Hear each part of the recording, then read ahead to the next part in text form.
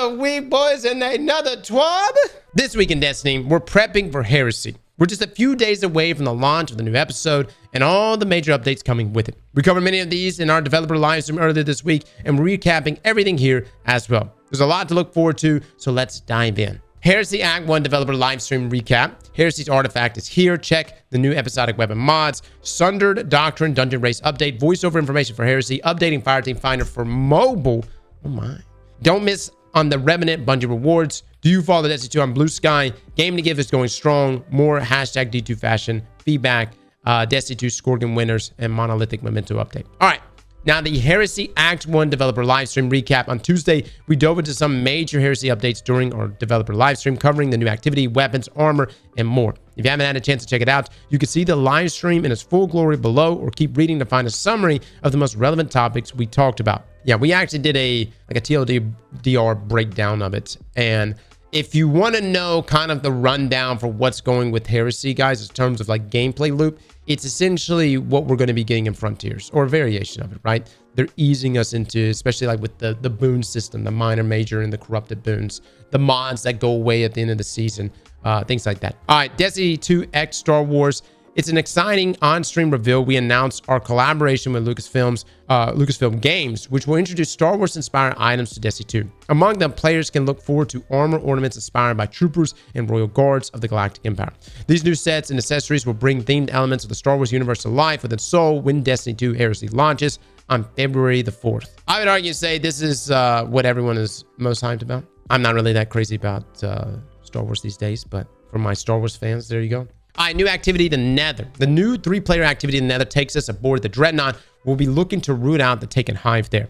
Taking inspiration from the Shattered Rim and the Coil, the Nether looks to vary the experience of each playthrough with random patrol zone encounters and objectives. The Nether will also offer 3 different nodes, each with a unique focus, offering even further ways to vary your play. So, as far as I'm understanding it correctly, it's still going to be the same static zone, as in if this one area that spawns this boss, when you load in, it'll still be that same area that spawns that boss. You'll just be randomly thrown in. I do wonder if we ever reach a point in Destiny where we could have completely randomized areas. That would be so amazing. And maybe there is going to be some variation of this in Heresy. Now, the Nether will also offer some unique modifiers and ways to power up as you battle through. Throughout your runs, you'll come across boons which offer stackable buffs to help you power up. You might remember this from the Coil back in Season of the Witch. The boons you choose will dramatically increase your Guardian's capabilities, made with more ability regeneration or damage, or just with stronger damage output for certain weapons. Choose the ones that fit your playstyle the best and go all in against the Hive and the Dread. Just be mindful of what path you choose, as some boons may have some negative side effects. And on top of that, inside the Nether, everything should be considered a currency, a resource. Guardians have more health and shields, but do not regenerate health. That's probably going to be the biggest thing there. And ammo drops are also very limited, but you can earn a ton of it in different ways. Similar things with your revives. You have a limited number of tokens, but you can earn more too. In other words, be careful when you venture into enemy territory. So you're going to have substantially more health, but you don't regenerate your health. This is obviously going to make us lean into certain, whether it's the support frame on the auto rifles or healing turrets or whatever else, right?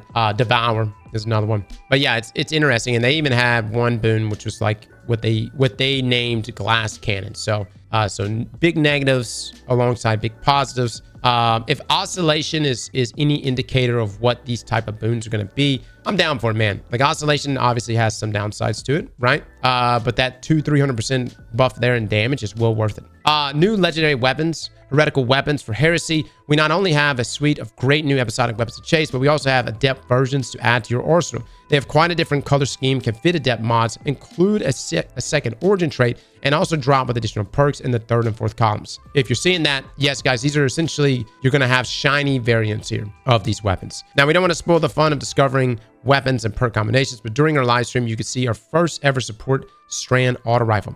Adamantite not only heals friends, but spawns unraveling projectiles that will trace and hurt your enemies. We also showed another first, an aerial denial arc grenade launcher. Psycho Pomp can roll with a new arc perk, Rolling Storm, that grants bolt charge after final blows. We can't wait for you all to discover the rest of our heretical arsenal. That Geo actually looked really, really good. Again, and correct me if I'm wrong, these shiny variants of these weapons will look physically different from its base versions, correct? Because that was like kind of the drawback. It's like, did I get a shiny roll?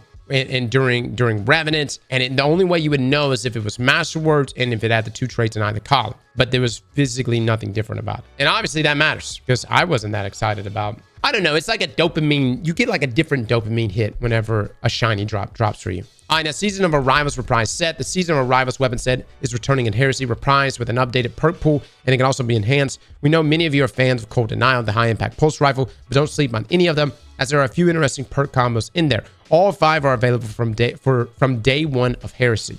I would say auto rifle's really good, pulse rifle's good. If you were not a fan of Cold Denial in the past, keep in mind Bungie decoupled zoom from range a long time ago. At one point, Cold Denial, despite it feeling phenomenal, could only reach up to 31, 32 meters. And that was because its zoom was intrinsically much lower than everything else. Now that that's been decoupled, it's really opened up and expanded the range of the weapon, therefore allowing you to reach up into that 37 meter territory, maybe even 38. But I actually need to just give it a go once we get the new rolls of it. Reprise Vault of Glass weapons. After reprising Garden of Salvation weapons during Revenant, only one last Destiny 2 raid remained with no craftable weapons. So we are fixing that. When Heresy launches, Vault of Glass will see its weapon pool reprised with new perks and will be craftable once you unlock their patterns. Look, man, I'm down with this. I would say it makes sense considering Vex Mythic class is probably going to be meta this season with things like Particle Reconstruction as a mod choice. And so you're going to have new players wanting to get Vex Mythic class or players that don't have Vex Mythic class for the first time. You're going to have veteran players that already have Vex Mythic class, but now we want craftable roles. So I think this is actually a good move to get people back into Vault of Glass. And, you know, there was some debate whether or not it's like, why even give us Fatebringer when you just gave us Midnight Coup? I don't know, man. I'm going to farm for it all. You know, we'll see. I mean, there's some bangers in here for sure. And it comes down to just perk combinations too. My question is after this point, what did they do? Like, what, you know what I mean? Like we've had each raid get the refresh of weapons with craftable rolls. Now what? At this point, you're going to have to reach back into the vault and pull out some old raids. The cope in me is going to say Wrath of the Machine. I actually think Bungie talked about Wrath here recently, or someone talked about Wrath here recently, saying that it's never going to happen. Now, remember, you can earn drops with each one of your characters once a week or go all in and earn an infinite number of drops when Vault of Glass is the featured raid in the weekly rotator. Don't forget, you can also complete the raid on master difficulty if you are looking for an extra challenge and their adept counterparts. The more patterns you've unlocked, the higher the chance your 3rd and 4th columns will have a 3rd weapon trait. I will say when this becomes the weekly raid, we'll be putting out a guide. I need all the cheese, fellas. I'm talking every bit of cheese. We need that 10-second farm. I think Templar is going to be an easy rinse, but some of the other ones, though, could be lengthy. DMG said that they're saying they're focusing on new stuff instead of old content when asked about Wrath. All that tells me, DMG, is that Siva is somehow going to play a role in the future of Destiny. All right, Trials of Osiris armor. Then we have our new Trials of Osiris set, clearly inspired by the ancient themes of power, godlike combat, and amazing animals. We have remade Trials of Osiris as a PvP game mode in Heresy, focusing more on how many wins and rewards you earn, and less on being flawless. Essentially, guys, you just got to play it. Whether you get 1 win or 7 wins, you're going to walk away with something, potentially even the adept drop. And I think this is great for the overall health of the playlist. It needed to happen. Now, new exotic weapons, barrow-dyad, cool looking disc. Yep, this might be one of the more exotic looking exotics we've ever made.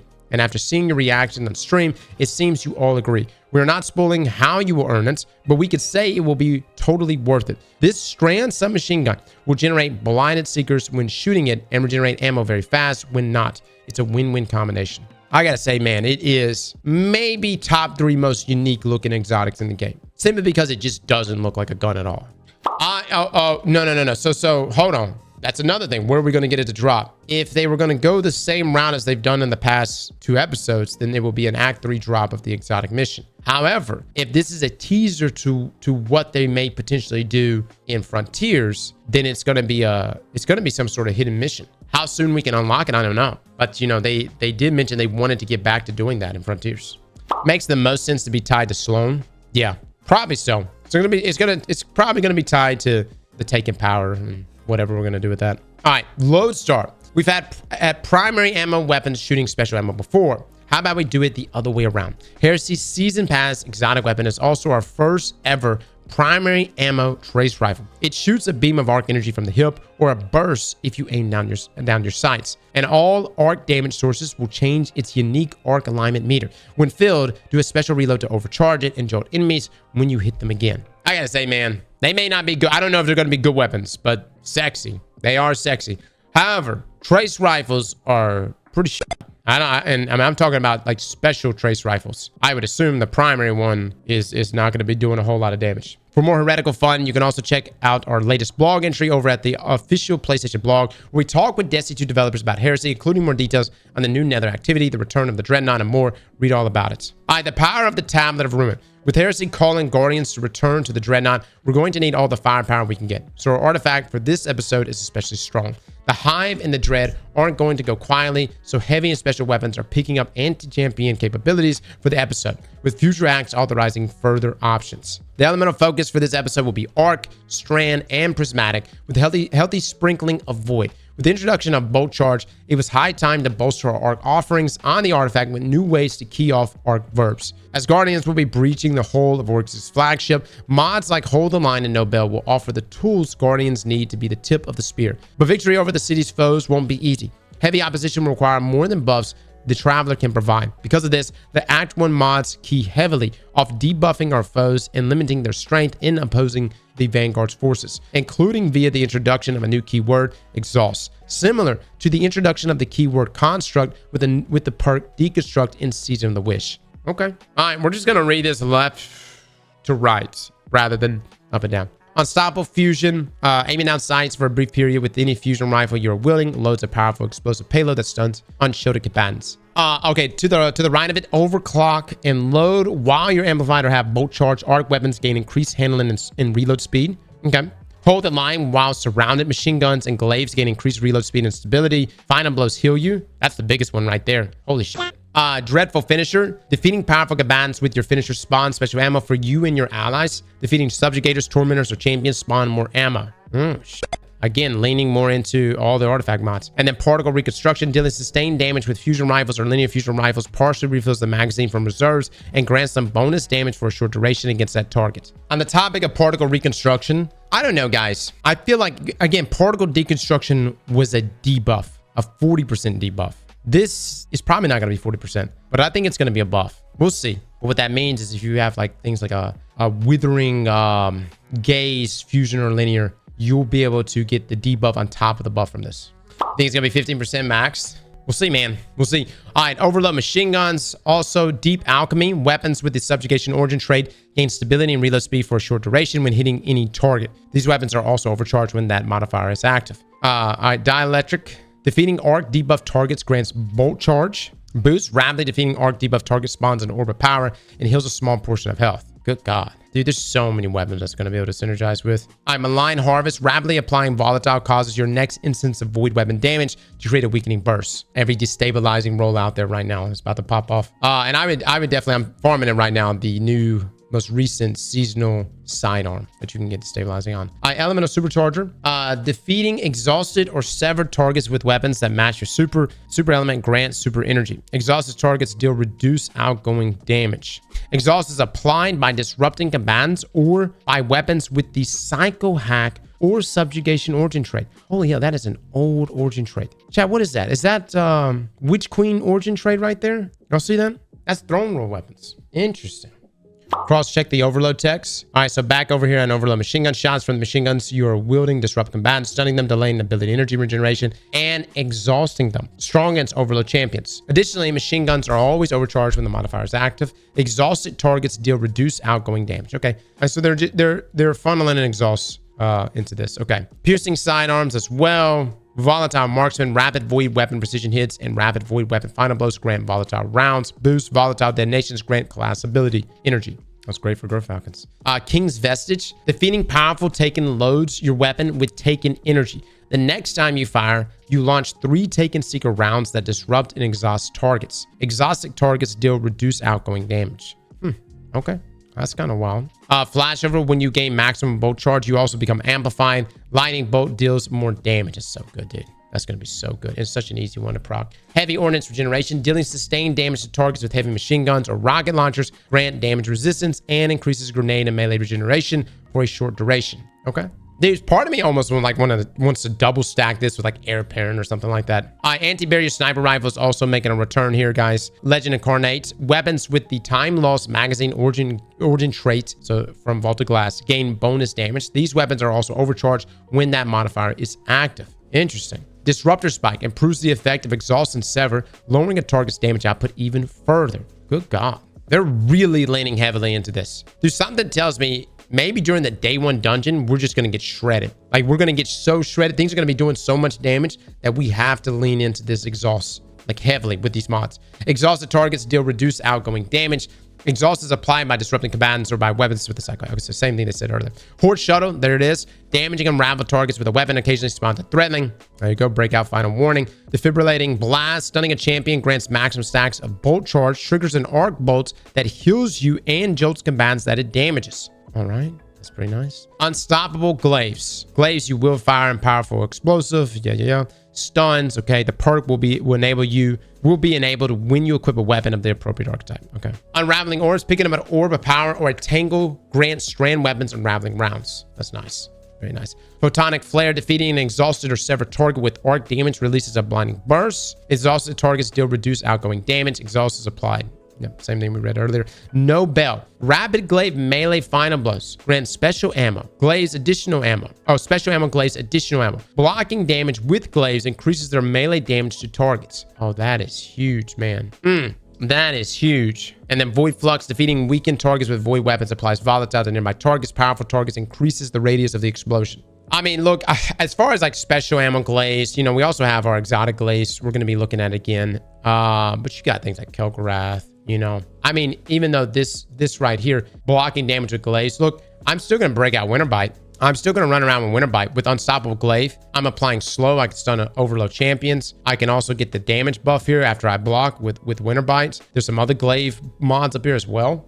And then, yeah, you do got Vexcalibur. I know, Vexcalibur, it's all right. All right, new weapon mods coming to Heresy. In Heresy, we're adding a new type of weapon mod to help you expand the capabilities of your episodic weapons. Like the Artifact Fragile weapon mods will offer some unique perks, opening new build options and adding some firepower to your episodic weapons for the duration of Heresy. And these go away at the end. Once you've earned a new Fragile weapon mod, you can navigate to your eligible episodic weapons and apply it as you would any other weapon mod. Swapping the mod in or out has no cost or limitations. Act 1 will offer 2 Fragile weapon mods with more available in upcoming acts. To give you an idea of what these mods have to offer, here's a look at one of those mods that you can earn. So Power of Resolve. Rapid hits with this weapon creates a Taken Seeker projectile. Strong against unstoppable champions. So you could do Power of Resolve, combine this with King's Vestige, where defeating Powerful Taken loads your weapon with Taken energy. The next time you fire, you launch those 3 Taken Seeker rounds. This is by far way easier to proc. I mean, it depends on how many rapid hits, but just rapid hits with the weapon creates a Taken Seeker projectile. Yeah, and also strong against unstoppable champions. So as long as your weapon, well, that just literally gives every weapon the opportunity to deal with the unstoppable champions. And then we're going to just see what qualifies as rapid hits. Like, what about a weapon like a fusion rifle that shoots bolts? Could you proc something like Power Resolve in a single burst? Oh, that's a great point. What about an aerial denial grenade launcher? Now, we're trying something a bit new with these fragile mods, giving some potent and thematic effects to our new seasonal weapons for the duration of the episode. We use some common themes through these mods, the Artifact and barrow-dyad exotic weapon, to reinforce that the Guardians are claiming the powers dormant in the Dreadnought for their own use. These should be useful across a broad spectrum of activities, and we are very excited to hear your thoughts on them as they are unlocked. All right, so again, correction on this. Fragile mods can only be used on the seasonal weapons, right? The episodic weapons. Yep. Okay. So that's how they're balancing that. It will be locked to only those weapons that we can use it on. If anything, though, it's going to give them a hell of a lot more value, you know? All right, now the next dungeon race is nigh. It's almost time for the new Sundering Doctrine dungeon race. If you're keen on following the action as Fireteam's vying to become champions, check out our official race coverage stream in partnership with CB Gray and Evan with the Dungeon Zone stream. We'll be watching the action live on the day, and there are drops available. There you go, guys. Okay, check it out. The Zone team will be streaming from 7 a.m. Pacific with a pre-show countdown before following the action live from 9 a.m. Pacific until one team emerges victorious. Want some emblems for tuning in or participating? Here's what we got for you. Look at this. You got the Trigonic Amber emblem. Someone was actually zoomed out, right? Look at that. Yeah, it's the pyramid ship. What is this pyramid ship in Mercury? Is this like a teaser for Mercury? Available across Bungie Twitch channels from February the 7th, 7 a.m. to 9 a.m. Pacific. Available on Evan's Twitch channel and available in small quantities across CB Gray's YouTube and TikTok channels. Cope? I mean, look at it, guys. I mean, that literally looks like the backdrop of the pyramid ship, the Sun and Mercury. Also, the glowing dark emblem available for all opt-in Twitch channels streaming Destiny 2 Sundering Doctrine Dungeon from February the 7th until February the 11th at 9 a.m. Pacific. That's a pretty fiery emblem. The Heretical Elation emblem. This is a new Twitch sub drop for all opt-in Twitch channels streaming Destiny 2 between February the 7th until March the 4th. Subscribe or gift a sub on Twitch to your favorite opt-in Destiny 2 streamer. On the topic of gifting subs, I would suggest, or even subbing. Luckily, it goes until March the 4th, so it's not that big of a deal. But for my guys in here, y'all might just want to just hold off on maybe resubbing or something like that. And that way, next Friday, when we roll into the new dungeon, this will count toward that. And that way, you can get essentially like 2 in 1 right there, right? What is this an image of? Is that Zivu? Is this Zivu right here? That's Zivu. That's Oryx. Oryx has 4 eyes. What did I just say? I told y'all he's got 4 eyes. Oh man, never mind. He might be 3. Oh, there's like sometimes there's like a little glow in there in the middle. That's not an eye. That's just some random ass effects. That's straight up 3 eyes. Son of a bitch. All right, trophies for the victors. For the winning team of the Sundered Doctrine Dungeon Race, we got something a little special. Our first ever Dungeon Race trophies. All will make sense once you delve into the pyramid. All right. Lord, guys, what am I looking at right now? What is this? What the hell is this? It just says the players' names right here on it right here. Yeah. The high butt plug. It's a circle. Yeah, they're all right. Destiny 2 Heresy voiceover update. In just a few short days, Destiny 2 Heresy will be going live. With this being our final epilogue entry for the Light and Darkness saga, our teams have been taking great care to deliver delightful narrative beats and story content for players to enjoy. Due to the ongoing SAG after strike, you may have noticed certain voice lines being silent in game. However, we've enabled subtitles by default for this release to ensure players do not miss any narrative content. Within our gameplay settings, we offer a variety of customization options for subtitles to help with accessibility and general visibility of narrative content.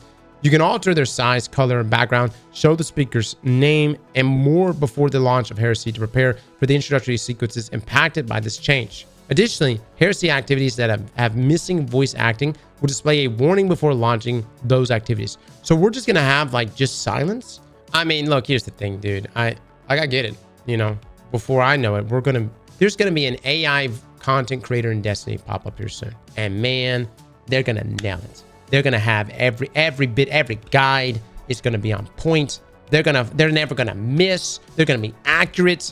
Sucks, man. I really hope this doesn't go through though for video games, because you could tell.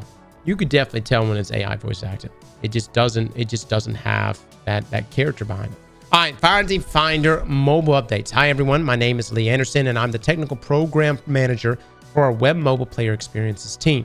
We focus on supporting experiences like Bungie.net, the Bungie and Destiny APIs, and the Destiny 2 companion app. We're excited to share that on February the 4th, right alongside the launch of Destiny 2 Heresy, we're updating the Fireteam Finder experience in the Destiny 2 companion app.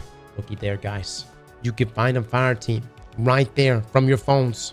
Our main goal with these updates is to simplify and speed up how you discover the right fire team for you. Dude, you could run to the shitter, lock in a fire team, wipe, be back, jump right into the action. Now, what's changing? Better browsing.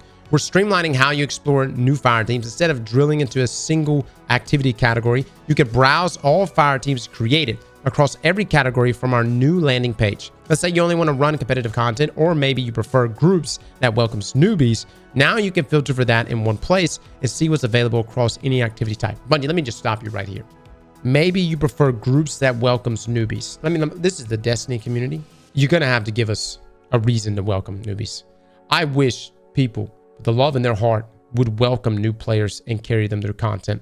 But we need some sort of currency. And a currency that we could turn in. The commendation system for Final Fantasy 14 would be fantastic here. I would be much nicer to the guy I'm running with, teaching him how to do that heroic public event or whatever, if I knew at the end of that, he's going to give me the thumbs up, which is going to give me a currency, which then I could take and go turn it in for maybe, I don't know, an ascendant alloy or shard or something along those lines. Ooh, Bright Dust. Oh my God. Can you imagine? Everybody would be so fucking nice. Oh my God. Dude, this community would be instantly the nicest community. Everybody. You need help with that? I got you, brother. Hey, if you want, we could do the activity after this activity. Sure. Yeah, this is how you heroic. Let me help you with your loadout.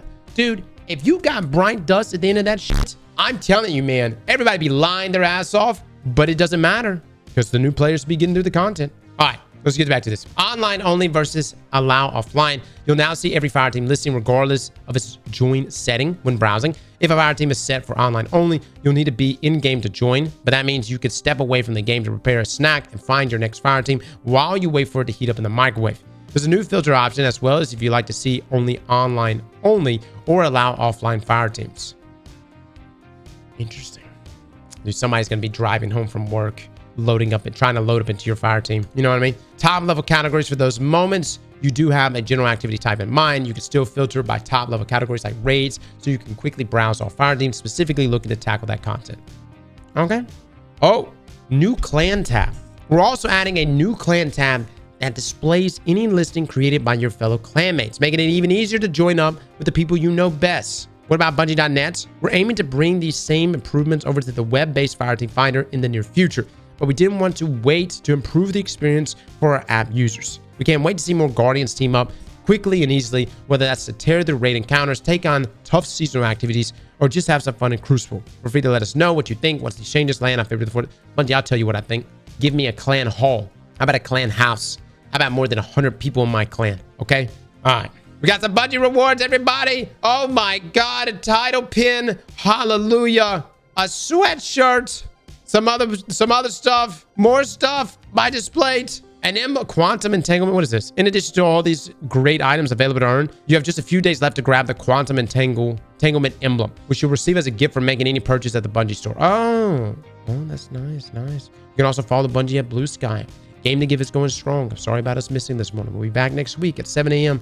February the 6th. I would read through all this, guys. I feel like absolute shit right now. We are running a high fever, and I'm ready to just die. I just don't want to do it on stream. Make your calendars for our Game to Give live stream on February the 6th. Oh, really? Oh, they're going to be streaming on February the 6th. Okay. Oh, okay. So I think like as soon as I go offline, we can host them up if we want. Retro Boy emblem. Oh, looks nice. All right. I think we're good. So Monolithic Memento update. With the release of episode Heresy on February the 4th, we are implementing a fix for the Monolithic Memento from Salvation's Edge. In doing so, we'll be charging how they are awarded. Salvation's Edge and Garden of Salvation Memento acquisition has been changed to the following. Hard wipe completions are no longer required, only a full clear.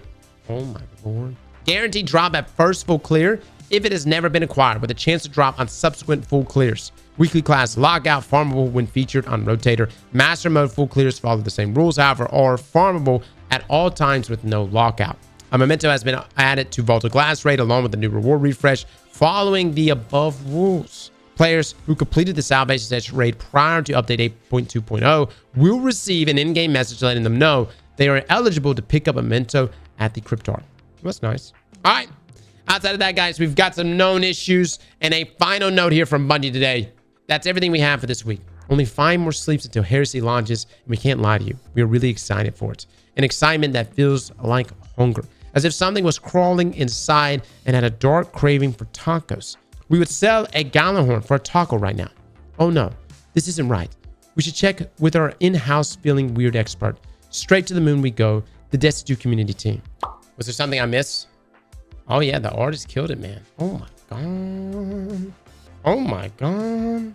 Dude, I actually want some I think Destiny needs more Guardian on Guardian crime. We need a Guardian civil war. The last artwork, Frezzy won art of the week. No shit. What? Is this Frezzy's work right here? It is. Oh my god. Everybody, go check out Frezzy over on X right now. This is our thumbnail artist. My man's been popping off. Good shit, Frezzy. Looks good, dude. Looks good. Anyways, chat, you guys have a great rest of the afternoon, all right? I'll see you in the next one. Bye, guys.